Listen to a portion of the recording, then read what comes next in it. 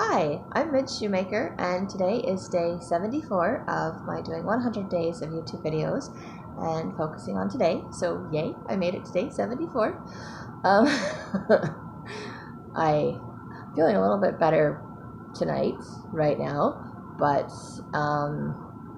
I think I've just decided I'm done being depressed and discouraged and whatever. I wish I could just say that and not have that happen and just have it work like that. I know better, but I'm hopeful anyway. I want it to be like that. My brain just keeps going to things that I need to do or that I want to do and how I'm going to get me a schedule and all the things I'm going to do tomorrow, and instead of what can I do today, and realizing that tomorrow just never really comes because tomorrow becomes today when I wake up tomorrow. So I'm very good at making excuses and putting things off until tomorrow, which is why things never get done. But today I did sleep during the day. I attempted to anyway. Oh, and then I tried to just decide I was going to sleep tonight and just do my video in the morning, and that didn't seem to work either. I am tired. I am going to go to bed after I'm done with this video. Um, but I did some praying today. I was just really praying because I know that I'm the person that's standing in my own way of getting better, of succeeding, of moving forward with my life. And I'm the one that's feeling like I'm stuck and struggling. And so what I was attempting to, I was praying to know what I could do or what it is that's stopping me, so that, because sometimes if I just understand it, if I can see it, if I can name it, it helps me um, to overcome it. It helps to make it lose its power, so it doesn't seem as strong. Doesn't have as strong a hold on me. Like my depression isn't as heavy or deep or despair, disappointment, whatever. If I can name it, then it's not scary anymore, and then it loses some of its power. So while I was attempting to sleep, and not very successfully, mind you, I had this epiphany idea, thought that I'm pretty sure God put into my head for me, which is what I asked for. And it's something I know and I've dealt with several times in the past, and I'm sure I will deal with it again in the future, which I wish wasn't true, but again, it is. And it really is the idea that I can't afford anything, and the realization that I can't afford stuff because I don't have jobs where I make enough money to afford things, or I choose not to go to work so I don't have money to pay for things.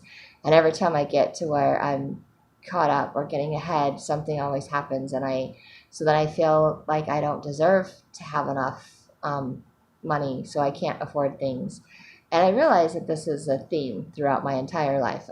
My, parents couldn't afford to buy me new clothes, but my older sister was overweight, so she got the new clothes because she had the low self-esteem and she needed it, and I didn't. I got the hand-me-downs and the DI stuff and some of that stuff was not very nice. Um, and all the stuff that I wanted to do. I wanted to play the flute and couldn't afford to play the flute, but my brother could play the violin. My parents could get him a violin, but they couldn't give me a flute. Just things like that. That I wanted to learn how to ski. I wanted to join the ski club in junior high. Can't afford it. Can't afford it. Everything that I said I wanted to do, there was either a reason I couldn't afford it or I wouldn't like it. There was always some reason, and I know it wasn't meant as an excuse to not be able to live life or enjoy life or take risks or do things like that, but that's what it became. That's how I internalized it. And as an adult, I've continued to live that way and not just had enough to pay the bills, just had enough to scrape by, living paycheck to paycheck, not ever to have excess. And even when I have excess, I always seem to manage to spend it so I don't have anything, and not have anything in my savings, or just get a little bit in my savings and then have some emergency and have to spend it all the time, and never able to get ahead. And it's never occurred to me until today that part of that reason is because I have the subconscious idea that I can't afford it. I can't afford to be better. I can't afford to have more. I can't afford to succeed in life because there's always somebody else that needs it more. There's always it's just something I can't afford, you know. I'm not important enough, and those are all lies. I know they're all lies. I'm just gonna say that right now. They're lies, but they're lies that have been drilled into me my entire life. They're lies that I have told myself. And I mean, the reality is, if I don't have a better paying job, I really can't afford other things. But I mean, I have a job where I can go to work and get paid every single day, and if I'd work every single day, and or 5 or 6 days a week and put in 8 hours a day like supposed to, I could have enough money to pay the bills. I might even have some extra to pay off some debts and some other things and put some money aside for things. And I don't do it. So now I'm looking for, a regular job where I actually have to report to a boss, because then I'm, trying to do something that will force me to to go to work, to where I get paid, to where I get sick leave, to where I get, um, health benefits, things like that, which would be nice. But again, I I don't know. I'm looking for a job that's just enough to pay the bills, because my ultimate goal is to make money off of my books and my writing, and I may never make money off of that. That may always be like something on the side, a hobby, something that I do because I enjoy doing it, and I can write my stories, I can publish them, I can put them out there, but I may never become famous. I may never make enough money off of my books to live off of, so I may always need to have some other job, some other occupation. And I don't want another occupation. I don't want another job. And that's the other thing, is I am so stuck with um, what I want, so focused on what I want, that I don't pay attention to what I need, and I don't pay attention to what God wants for me, or what direction I need to go in to accomplish the things that God would have me accomplish in my life. I I get stubborn, and and then I get disappointed because I'm not getting what I want the way that I want, and then I get discouraged and I give up, because it goes back to my childhood, where I was told that I wouldn't like something or I couldn't afford it. And so I can't afford to do something better. I can't afford to do something different.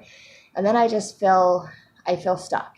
I feel trapped. I feel like I'm not being listened to, like I'm not important. And these are all, again, they're just feelings. That's how I feel. And then those feelings kind of take over, and then I lose any motivation or desire to do something different, to change, to clean, to because I'm like, well, what's the point if nothing's ever going to change, if I'm always going to be stuck in some dead end job that I don't like. And I'm like, I won't, because I always change jobs. I change jobs every 2 to 5 years because I get bored with them. So seriously, I've had jobs for like 3 months. I've had jobs for, anyway, I get bored with jobs, but the one thing that I've consistently done off and on throughout my life is, one, daydream and creating stories in my head, which is now kind of scary to write, but still, I have stories to write, and journaling. I have been journaling most of my life. I still journal. In fact, I wrote in my journal tonight. Yay me! I actually filled up my journal. It's all full. Yay! It only took like 3 months, but I filled it up. So now I get to do another one. Um, Normally I could fill up a journal like in a month. So I know I haven't been writing that much, and I was kind of a little disappointed when I finished. I was like, oh, great, it took me 3 months. And then I stopped myself and I said, yeah, but it was 3 months instead of like 2 years, because I've got some journals that took me 2 years to fill up because I wasn't writing in them. So this is progress. This is a good thing. This means I've been doing better at journaling, even in the last 3 months, to fill up my journal that quickly. So this is a positive thing. And no, I didn't write every single day in there, but I haven't given up on writing in my journal, and I haven't given up on taking care of myself. So these are positive things for me to be doing. And as hard as it is, I am grateful to see the underlying reasons, things that are holding me back, my doubts, my fears, the idea that I can't afford it. I can't afford to succeed. I can't afford to do better, which is so crazy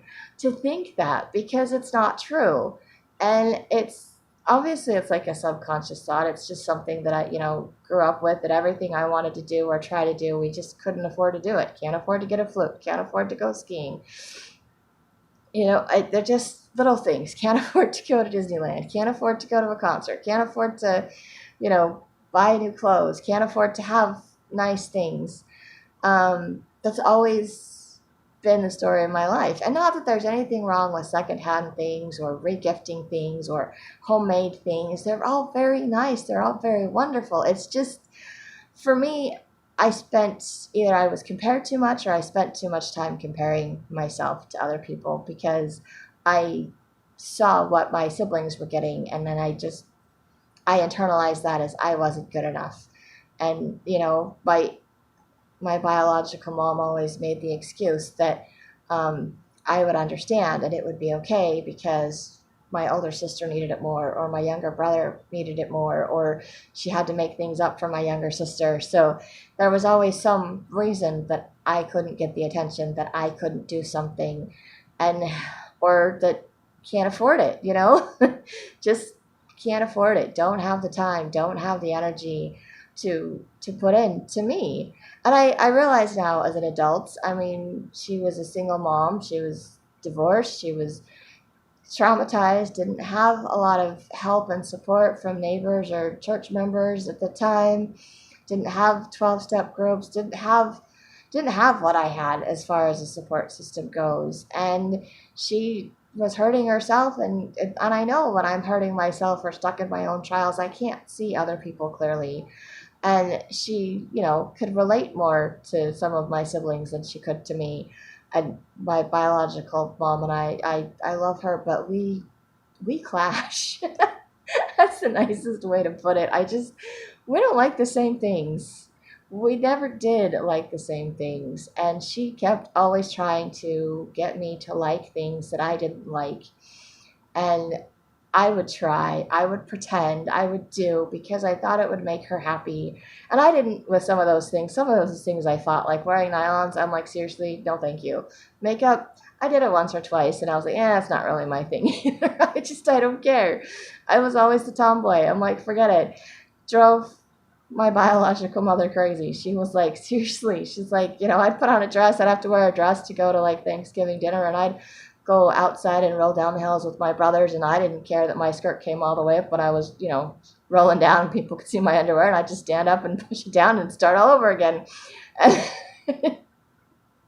It drove my mother crazy. I can understand the embarrassment now as an adult, but as a kid I didn't care. And I kind of wish that I had that attitude now as an adult, that I just didn't care what other people's opinions were. I was out having fun. It's like, seriously, I wasn't out there to like show off. I wasn't trying to flash people. I was just having fun. She's the one that made me wear a dress. Like, wearing a stupid dress, what else do you want from me, right? So, but it was always like, I can't go have fun. I can't hang out with my brothers. I can't do those because I'm a girl. And that was my biological dad's excuse for his reasons for abusing me and for touching me inappropriately and all the things that he did. It was because I was a girl, and girls just can't do things that boys can do. And it made me hate being a girl. It made me hate being a woman. It made me hate all of those things about myself because I always felt like I was wrong, and I couldn't be what everybody else wanted me to be, or I tried, and then it was wrong because it's wrong to be someone you're not. But I wasn't accepted for who I was either, or I didn't feel like I was accepted for who I was. I will clarify that because I know my biological mom loved me, and she tried, and she bragged about me to other people, but we always clashed because she was always trying to tell me to do stuff, or trying to get me to do things, or trying to encourage me to go a certain direction, and I'm like, I'm not. Or I would tell her that I was working on something, and then she would send me something that she thought was related to what I said, and I was like, you didn't get at all what I was talking about. This has, nothing to do with what I'm doing in my life. And of course, she had an active imagination, and she always talked about writing books, but she was more into the self-help books and more into like historical fiction or history, and I'm so not into any of that stuff. I don't care about that stuff. I like the fantasy stuff, the fiction world, I like the fencing and the sword fighting and the action packed things, and my mom liked the romance and the other.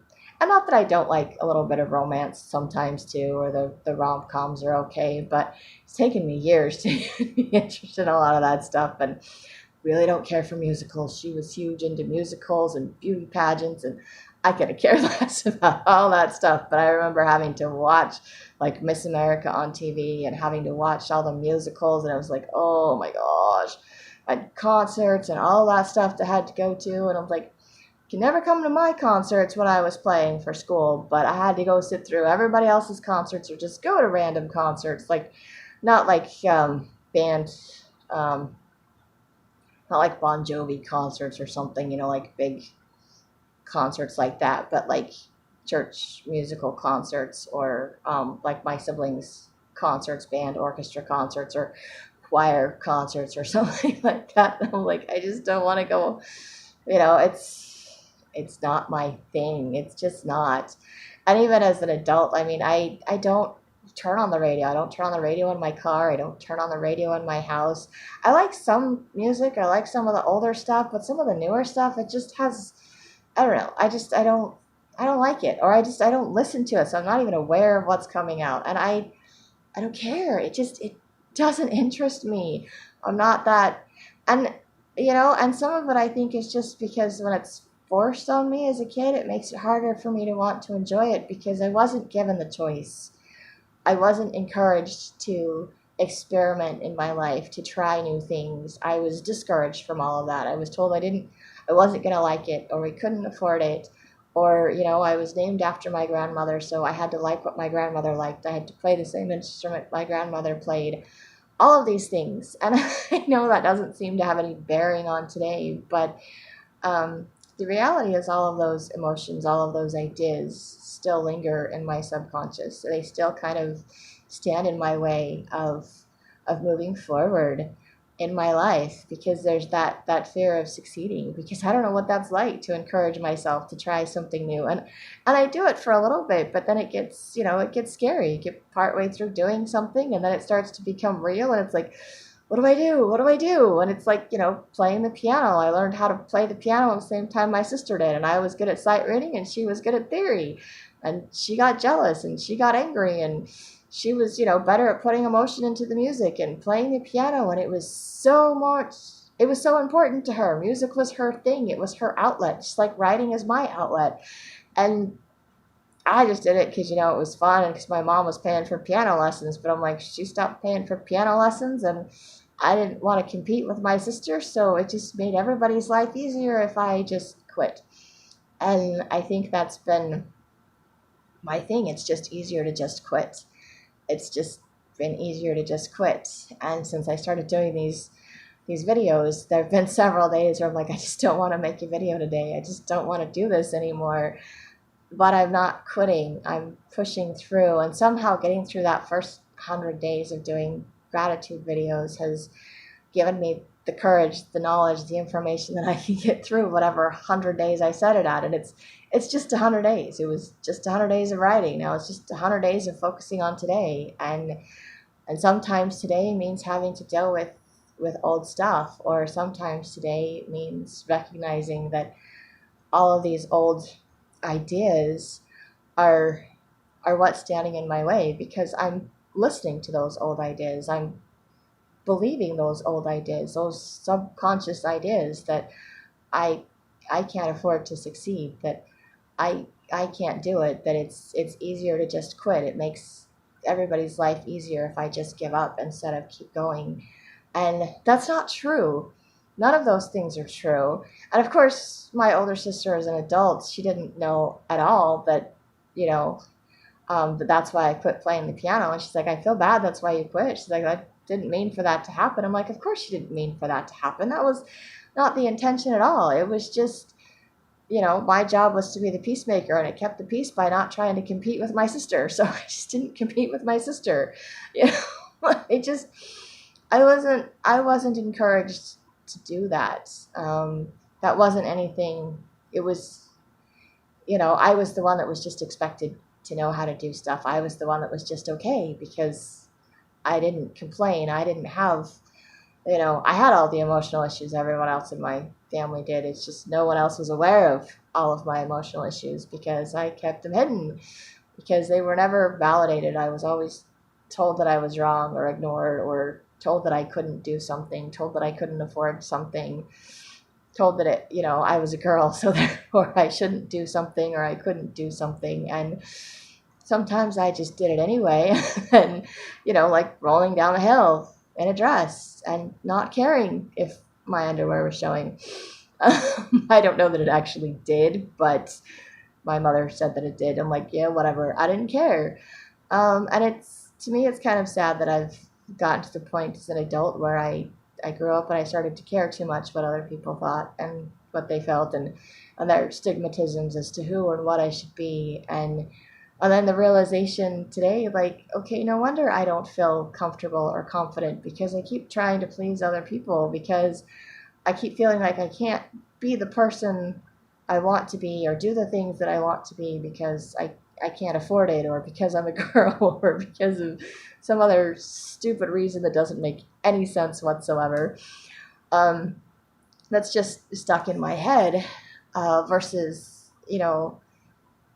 being that kid that just said, I don't care and I'm going to do it anyway. I'm going to climb the trees. I'm going to suntan on the roof. I'm going to roll down the hill in a dress. I don't care. I'm going to be free spirited and have fun. And I want to be that free spirited and have fun again. I want to just, you know, finish my books and not care what other people think about my story, my life, because it's fun to write, or because it's, a process for me, a way to heal and to feel better. And so I'm grateful for the recognition, to recognize, to have those old thoughts come to the surface. They're not nice thoughts, they're a bunch of lies, but there are things that I need to overcome. There are things that I need to work through, that I have to get past, that I have to do in spite of feeling those things, because I still feel that way. And sometimes I just don't realize that's how I'm feeling. And I don't realize that that's what's preventing me from doing something, because what if I do it and it hurts somebody else? Like, publish my book, if I put real names in there, what if it hurts somebody else? You know, I'm like, okay, but it hurt me in the first place, and I'm writing it to share how I overcame those things and how God has helped me and blessed me in my life. And how can I share that if I don't say what happened to me or how I interpreted things in my life? I can't. And even though, people like have good intentions, like my biological mom was trying to get me to, be ladylike.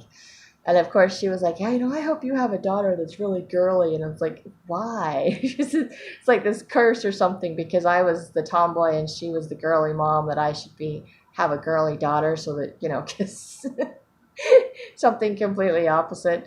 I do, by the way, have a daughter that's completely opposite. We don't have the same. But I try to be supportive of my daughter and let her pick the things that she likes. I don't try to force the things that I like onto my kids. I don't try to live vicariously through my children. I try to encourage them to do their best and to go toward the things that they like, because I wish someone had done that with me. And I forget that I can still do that with myself. I can encourage myself to go towards the things that I like and that I want to do. And that's a hard thing for me. That's something new that I have to learn. It will become a learned behavior. I haven't learned it yet. It's something that I need to work on, encouraging myself to do things and being grateful and patting myself on the back for the things that I have accomplished, and reminding myself that I am doing a good job, and being grateful for myself and grateful for the things that I'm doing. And I forget to do that a lot. I forget to be grateful for myself. I forget to be grateful for the gifts that God has given me. And some days I choose not to use them, because I'm not comfortable with it. If I'm perfectly honest, I'm not comfortable with it. I like it, and I'm grateful to see the talent and to just be surprised. I'm honestly surprised every time I go back and read something. I'm like, whoa, I wrote that? That was so cool. I'm like, I've been given this amazing gift. This is awesome. But I still hesitate to share it. I still struggle with all of that, and it's still the process of still in the process of rewriting, and I'm like, how many times do I have to rewrite something? Because I wonder if the more times I write it, if it's actually getting better or if it's getting worse. Because I just looked at it so many times, I'm just like, because then I kind of get sick of it. Because I'm like Malanoia. Sorry, I can't even talk Malanoia story. I'm kind of sick of. By recognizing God's hand in my life, I'm not. I'm just nervous about rewriting it. And in spite of that, God keeps putting ideas into my head as to stuff that I can do or add or say. And I was like, great, I don't even know where this is going to fit or if it fits. And I won't know until I open the book. But I think he does that little enticing things. It's encouraging me to open my book, to look at the notes that my mentor sent me, to make the necessary changes, to make it better, to make it understandable to people that choose to read it. So I need to do that. I do.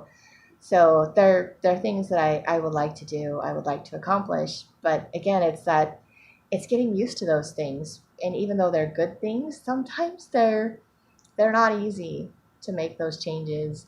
And I was thinking tonight, and when I was writing in my journal, that if I'm going to torture myself, it's not a very nice way to put things, but seriously, that's where my brain goes.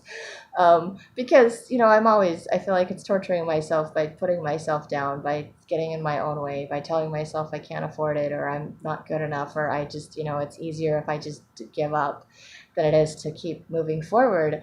That I should torture myself with good things, It's like wear myself out reading my scriptures and meditationals and journaling and writing my book, maybe doing a little bit of exercising, going to work, applying for jobs, doing all the things I keep talking about, but actually doing them, because then I'll be worn out, like physically worn out. But I think emotionally and spiritually, I'll feel a heck of a lot better because stuff will start getting done, and it will allow the ideas that I can have a positive future, that things will get better, or that I can succeed in life, to sink in, to replace the idea that I can't afford it.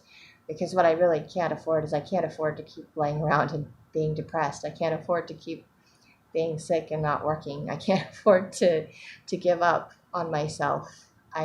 Those are things I really can't afford to do. What I can do is I can trust myself, and I can trust God to give me the strength and ability to achieve my goals and to become the person that I want to be, become the person that God wants me to be, and to just find happiness and joy in the little things and joy in the journey, right? I don't know where I've heard that from. That's not originally from me. I probably heard it like in a 12-step thing or something. But it's there is always something to be grateful for and joyous for. And I watched an old session of conference again tonight, the one from October that I never finished watching. So I mean, it's only 6 months old instead of whatever. But there was something in it about being optimistic and hopeful for the future and looking forward to the blessings that God has in store. And I love that concept. I love that idea. But again, the realization that kicked in for me is that that's not an environment that I grew up in. That's not an environment that I have nourished in my life. The whole depression and despair is, kind of what I'm used to. I don't necessarily like it, but I'm used to it, so I'm comfortable with it, which is sad. And the whole optimism and hope thing, I love the idea, I love the concept, but I'm not used to it. So it's a little bit, it's uncomfortable. It puts me off balance a little bit because I'm not used to it.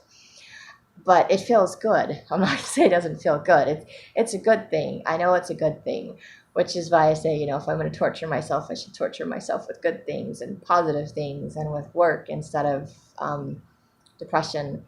But it's hard to overcome. It's hard to make those changes. It's hard to see the difference. And I know that by doing these videos, by focusing on today, by seeing the blessings and seeing the things to be grateful for every day, that it's helping to stave off the despair and the depression. It's helping hope to kind of sink in and take over. And hopefully, eventually, I will reach my goals and I will get that success, and I will start to be like, okay, it'll be a little crazy and weird, and thankfully it's not going to be like overnight success, just like these YouTube videos. Like, I don't have a lot of people watching them. Because if there were, I probably would have freaked out a long time ago and not been doing this. But it gives me an opportunity to build up my confidence and to put my books out there. And then, of course, hopefully not get too disappointed when not a ton of people buy my books, but at least, be grateful that I accomplished it and put it out there and be like, okay, and then I can slowly get used to that. And the more books that I publish, the more confident I will be in myself and my writing abilities and putting things out there. And then it won't be scary anymore. It'll just be something that I do, something that I enjoy doing, something that I can share with other people or even give out as gifts and be like, look, I wrote a book. Here you go. Happy birthday. Merry Christmas. Whatever. So, it makes me very grateful that I can do things like that. And it is scary, but and I haven't done it, but I'm grateful for the idea, for the hope that I can do it, that I will do it, um, the determination that is there, that I have not given up. It's still something in the back of my mind. It's still something that I keep getting ideas for, and that God continues to encourage me to do. So I know it's the right path for me. It's the right thing for me to do. Like I said, it may only ever be a hobby. It may not be something I can earn a living from. So I'm going to have to find some other job to earn a living from because I'm not like everybody else. I'm not, may never make money off of YouTube, may never make money off of my books, but I can still put it out there and maybe it'll just reach a handful of people and maybe they'll share it with another handful of people. And who knows, maybe I'll be one of those authors that after I die, I become like famous and everybody reads my stuff like I'm this amazing person or something. And I'm like, yeah, those people nobody even knows about. It wasn't like Emily Dickinson or something that wrote so many poems, but she never shared them with anybody. And it wasn't until after she passed away that they found all of her work and then they published it all because she was never, like, she was brave enough to write it. She just wasn't brave enough to share it for whatever reasons. But thankfully, someone shared her stuff. So, I don't know. I'm trying not to get, you know, bloated in my head, conceited, whatever. But at the same time, I don't want to prevent myself from doing it. I don't want to just put it out there and like freak out if too many people like my books. But it might be cool. It might be a good confidence boost. It might be something to have a little bit of success with my writing. I don't know what God has in store for me once my books are published or once I start publishing my books. I'm still in the process of figuring out how to get to that point and doing the whole rewriting and rewriting and rewriting and wanting to pull my hair out because I have to keep rewriting things. But hopefully, it's helping me to become a better writer, and I'm grateful for that and for the things that I can learn. And I'm grateful that I was able to do a few things today and have ideas as to what I would like to do tomorrow. But I know tomorrow's a new day, and as much as I would like to make myself do a whole bunch of things, it's probably a little extreme. I always go to the extremes, so finding the balance is going to be a little bit tricky, but hopefully I can find a balance and hopefully I can start making a little bit more effort because I'm just so done with being sick. I'm so done with being depressed. I'm so bored of just laying around and doing nothing. I just can't do it anymore. And I tried sleeping and I can't even sleep. I'm so tired I can't sleep, but it's like I don't know, I'm bored.